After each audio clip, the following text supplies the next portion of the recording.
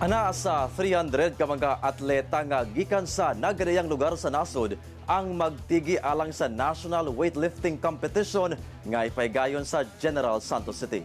Ano ang report?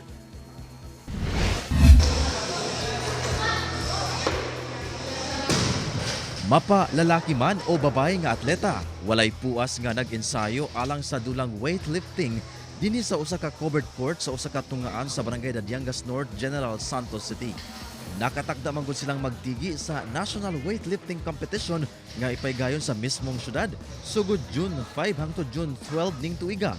Dunay 300 ka mga atleta nga gikan sa nagkadiiyang rehiyon sa Pilipinas ang magtigi ubos sa Youth, Junior ug Senior Classification of Division nga giorganisa sa Philippine Weightlifting Association. Usa sa mga magpakita na sab og kahanas ang 22 anyos nga si Rose G. Ramos nga taga Zamboanga City kinsa silver medalist sa Asian Weightlifting Championship sa China. Consistent na training, disiplina. Grateful po at kami gracious na mga support na Zamboanga na City, sir. Ang madaugay sa mong event, ma-qualify alang sa sunod nga Asian Games 2026.